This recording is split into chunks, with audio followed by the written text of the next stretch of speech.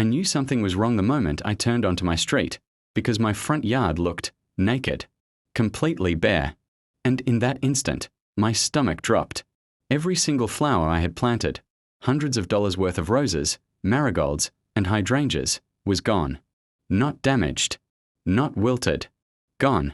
As if someone had scooped them up and vanished into thin air. But I didn't need a detective to know who did it.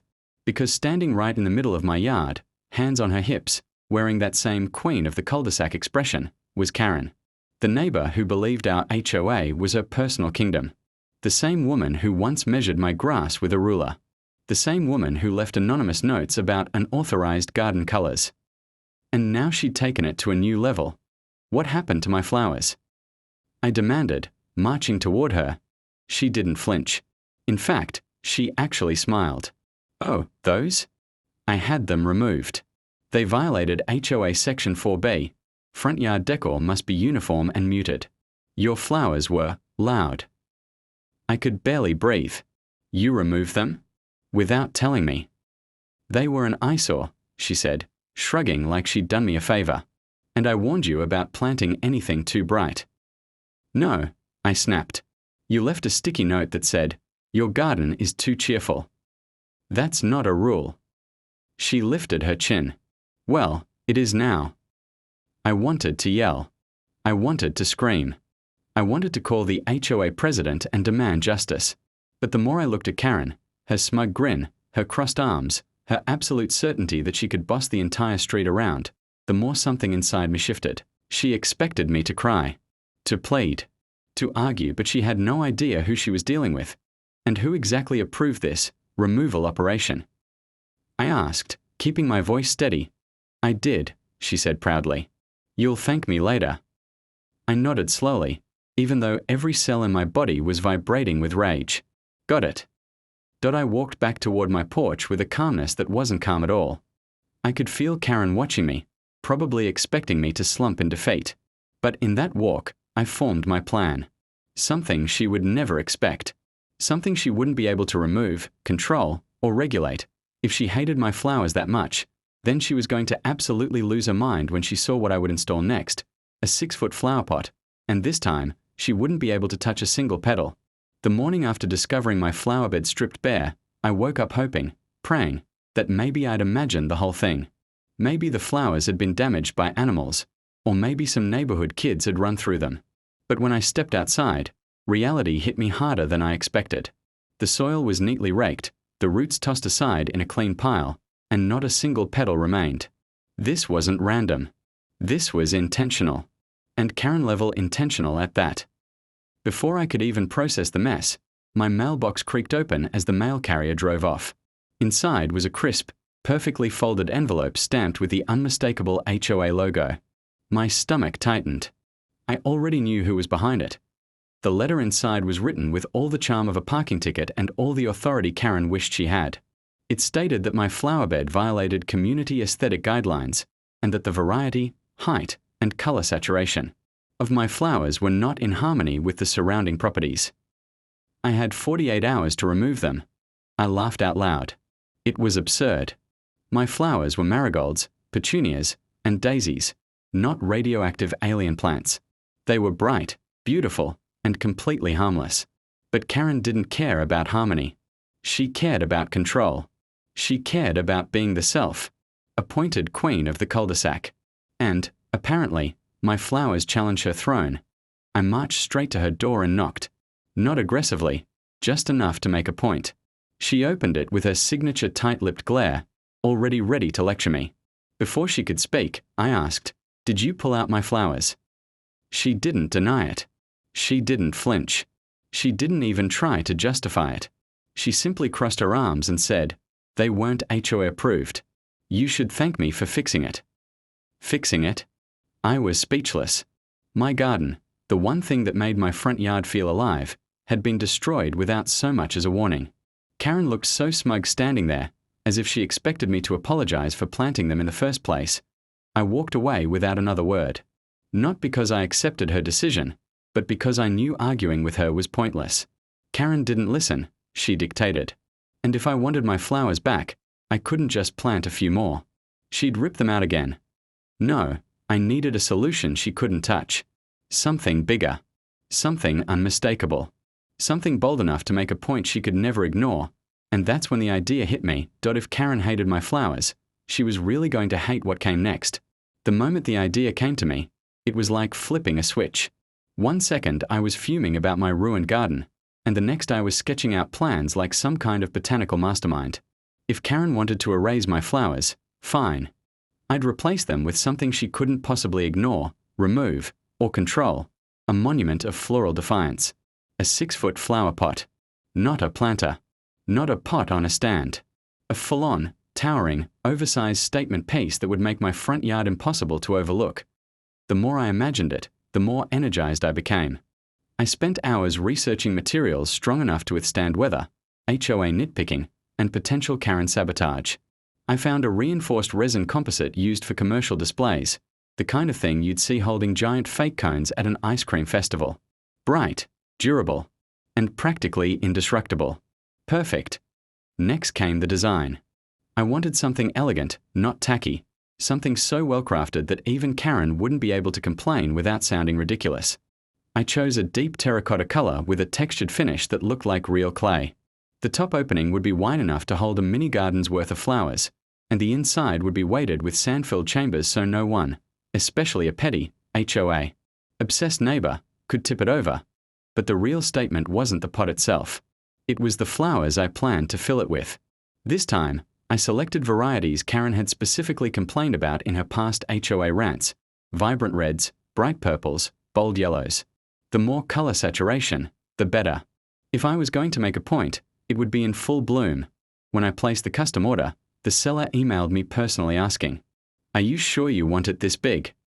Oh, I was sure. The delivery date was set for the following week. While I waited, I prepped the space in my front yard like a general preparing a battlefield. I measured everything, leveled the ground, and cleared the area with precision. Not because I expected the HOA to approve anything. At this point, approval wasn't the goal. The goal was to make a statement so massive that Karen would finally understand. I wasn't backing down. Every evening I'd catch Karen peeking through her blinds, probably wondering why I was pacing my own yard like I was planning a construction project. She had no idea what was coming.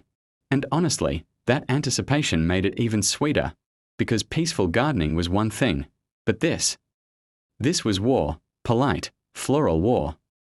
The morning the delivery truck rolled onto my street, I could barely contain my excitement. The truck's engine rumbled like a herald announcing the arrival of something monumental, and I swear the entire neighborhood paused to watch.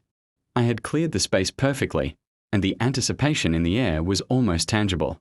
Karen, as expected, appeared on her porch as if she had a personal subscription to my life. Arms crossed, sunglasses in place, her expression radiating judgment. Little did she know, today was not a day for complaints. It was a day for the movers carefully maneuvered the 6-foot flower pot off the truck, inching it across my driveway with painstaking precision. The sheer size of it caused every head to turn. Kids riding bikes slowed down. Neighbors walking dogs stopped mid-step.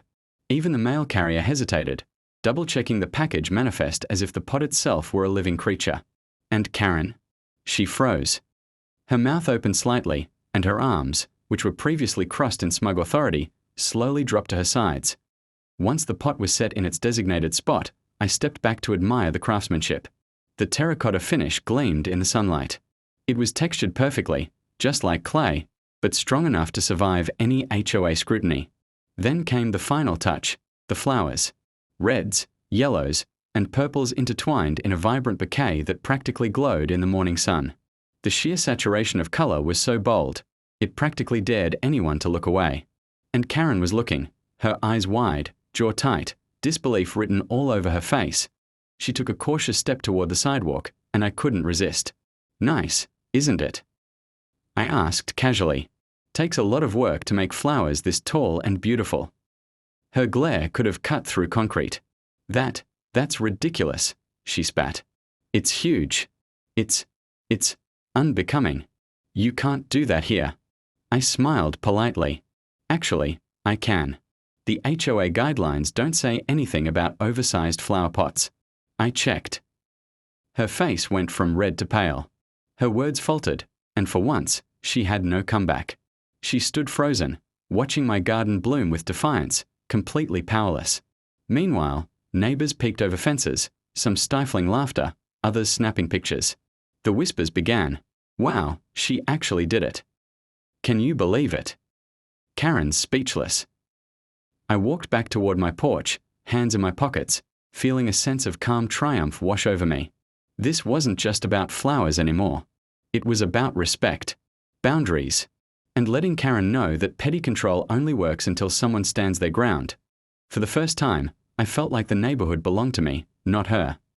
The days that followed were a mix of triumph, amusement, and a little bit of chaos. My 6-foot flower pot became the talk of the neighborhood. Cars slowed as they passed my house. Neighbors stopped by to compliment the vibrant colors, snapping pictures, and even sharing them on social media. It wasn't just a flower pot anymore. It was a symbol. A symbol that petty HOA Karens could push all they wanted, but eventually, creativity and persistence would win. Karen, of course, did not take this quietly. She hovered outside multiple times a day, pacing back and forth, muttering under her breath. I could hear her from my porch, complaining about the audacity of my pot, the size, the color saturation, and even the sheer audacity of standing tall like that. Every word she spat, I absorbed with a calm grin, because every complaint only made my victory sweeter. One afternoon, she marched up to me, a clipboard in hand, trying desperately to find a loophole. "You're breaking some rule," she barked. "This is outrageous." "The HO will," I interrupted politely, holding up my hand. "Actually, Karen," I checked. "There's no rule against this. It's perfectly legal." Her face twisted in confusion. Her fists clenched. And for the first time, her words didn't have the authority she was used to wielding.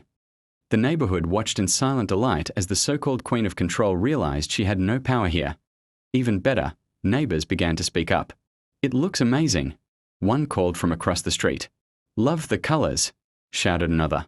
Karen's frustration didn't disappear, but it became background noise to the chorus of admiration. I couldn't help but feel a quiet satisfaction every time she glared helplessly while everyone else celebrated the flowers. Weeks went by, and the flower pot remained untouched, thriving in the sun, the blooms reaching their full potential. It became a meeting point, a conversation starter, and, honestly, a little source of pride. Every time I watered it, I smiled, remembering how a simple act of defiance could become such a triumph. Karen still stood on her porch sometimes, giving side-eye, but it didn't matter. My garden wasn't just a garden anymore. It was a statement, boundaries, respect, and a little creativity can turn even the smallest rebellion into something unforgettable. In the end, my 6-foot flower pot didn't just replace my stolen flowers. It overshadowed Karen's tantrums, silenced her complaints, and reminded everyone that standing up for yourself doesn't have to be confrontational. It just has to be bold. And as I sat back on my porch, sipping my coffee and watching the blooms sway in the breeze, I couldn't help but grin. Victory had never looked so beautiful.